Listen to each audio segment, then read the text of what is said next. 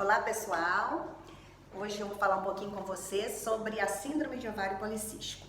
A síndrome de ovário policístico é uma síndrome metabólica e endocrinológica, porque ela leva a distúrbios tanto dos hormônios quanto a distúrbios nutricionais, ou ela é causada por disfunções hormonais e disfunções nutricionais. O que compõe a síndrome? Ela é composta por pelo menos dois de três fatores que eu vou mencionar. Precisa de ter uma imagem no ultrassom de ovários, que a gente chama de ovários policísticos, que são ovários um pouco aumentados de tamanho e com vários pequenos cistos. Os cistos são como se fossem pequenas bolinhas cheias de líquido. E esses cistos, na realidade, são folículos que cresceram com a intenção de ovular e não conseguiram ovular. Aí eles ficam crescidos no ovário e dá essa imagem de ovários policísticos ao ultrassom. Além dessa imagem, precisa da mulher ter também mais um desses dois fatores que eu vou mencionar. Precisa de ter excesso de hormônio masculino dosado no sangue ou sintomas de excesso de hormônio masculino, que são pele oleosa, excesso de espinha, excesso de pelo no corpo, queda de cabelo, e precisa também de apresentar ciclos irregulares, ciclos menstruais, porque as mulheres que têm síndrome de ovário policístico, elas geralmente não têm ovulação regular. Se ela não ovula regularmente, ela não tem ciclo regular. Então, ela não menstrua nada, ou ela sangra de maneira completamente irregular. Pode ser uma ovulação que demore a acontecer, ela pode ter ciclos longos de 60 dias, 90 dias, 100 dias, ou ela pode ter ciclos muito curtos, de 15 dias, 20 dias, isso pode variar, ou ela pode não sangrar nada, porque ela não está ovulando, tá? Então, a síndrome, ela precisa de ter dois desses três fatores, retomando: ovários, imagem de ovários policísticos ao ultrassom, excesso de hormônio masculino no sangue ou sintoma clínico de excesso de hormônio masculino, ou os ciclos irregulares. E desde que for feito esse diagnóstico de síndrome de ovário policístico, é importante que essa mulher seja tratada da melhor maneira. A causa mais comumente associada a essa síndrome é a resistência insulínica, que tem uma causa genética.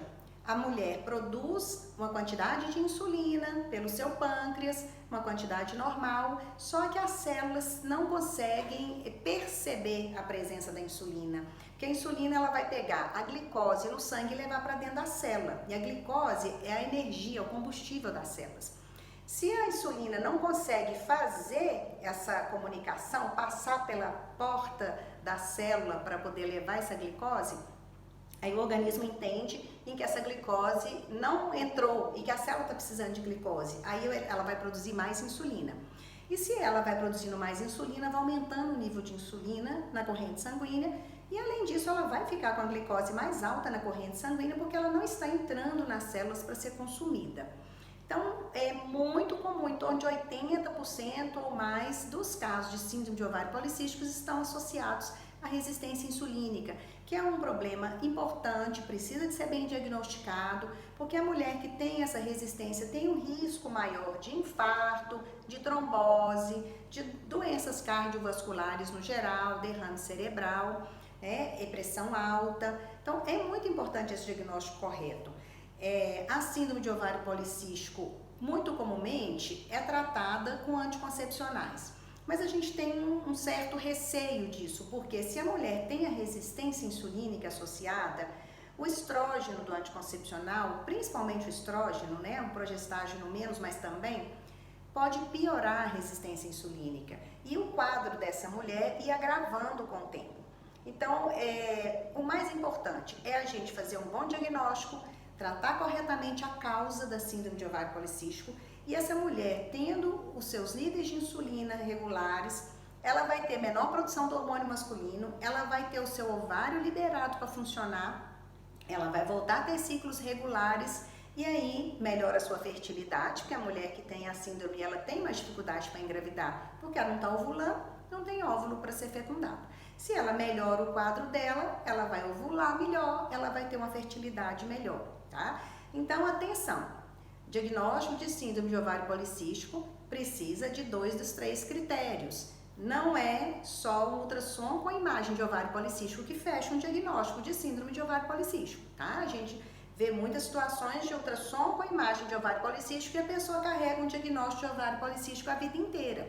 Atenção, tá? Precisa de ter critérios para o diagnóstico e precisa de um diagnóstico adequado para ser bem tratado, tá bom? Então, eu queria deixar esse recadinho que diagnóstico de síndrome de ovário policístico tem que ser feito bem detalhado, investigando seus hormônios e tratado adequadamente. E mais uma observação, é fundamental alimentação saudável, dieta low carb, com baixa ingestão de carboidrato e atividade física aeróbica pesada para diminuir o percentual de massa gorda, aumentar o percentual de massa magra, porque isso vai fazer com que você manifeste menos o seu distúrbio de resistência insulínica e às vezes você pode até futuramente estar bem, sem nenhum sintoma da síndrome de ovário policístico e às vezes ficar livre de tratamento medicamentoso.